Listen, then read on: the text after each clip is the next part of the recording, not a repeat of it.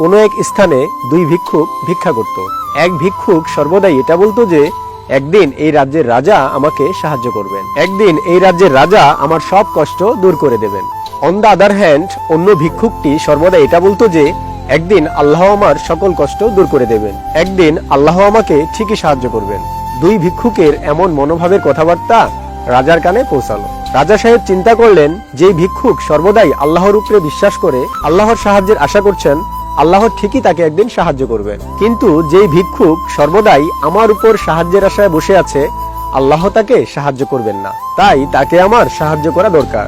যেই ভিক্ষুক রাজার সাহায্যের কথা সর্বদাই বলেন, তাকে সাহায্যের জন্য রাজা সাহেব এক পাত্র রাজকীয় সুস্বাদু খাবার পাঠালেন এবং ওই পাত্রের তলায় কিছু স্বর্ণমুদ্রা দিয়ে দিলেন, যাতে ওই ভিক্ষুককে আর কখনো ভিক্ষা করতে না হয়। রাজার লোকজন খাবারের পাত্রটি ওই ভিক্ষুকের কাছে পৌঁছে দিয়ে আসলেন, যেই ভিক্ষুক সর্বদাই রাজার কাছে সাহায্য চাইতেন।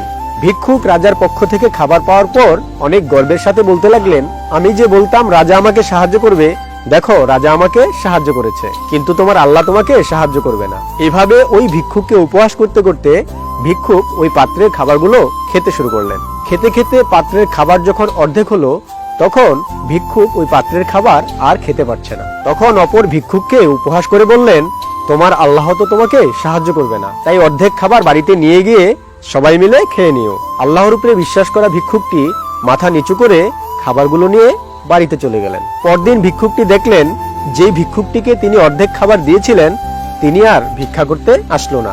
এভাবে বেশ কয়েকদিন কেটে যায়। আল্লাহর উপর বিশ্বাস করা ভিক্ষুকটি আর ভিক্ষা করতে আসে না। কিছুদিন পর রাজার পক্ষের কিছু লোক ভিক্ষুকের অবস্থা দেখার জন্য এসে বলেন, কি ব্যাপার, তুমি এখনো ভিক্ষা করছো কেন? রাজা সাহেব যে তোমার জন্য খাবার পাঠিয়েছিল, সেই খাবারের পাত্রের নিচে যে স্বর্ণমুদ্রা ছিল, তা কি তুমি পাওনি? এ কথা বলার সাথে সাথে ওই ভিক্ষুক মাথায় হাত দিয়ে বসে গিয়ে বলল, পাত্র সহ অর্ধেক খাবার তো আমি ওই ভিক্ষুককে দিয়ে দিয়েছিলাম, যে সর্বদাই আল্লাহর উপরে বিশ্বাস করত। মোরাল অফ দ্য স্টোরি হলো, আল্লাহর উপরে আপনার ইমানের শক্তি যতটুকু মজবুত, আপনার প্রতি আল্লাহর সাহায্য ততটাই নিকটবর্তী। আল্লাহ যদি চাইতো পৃথিবীর কেউ আপনাকে শুয়ে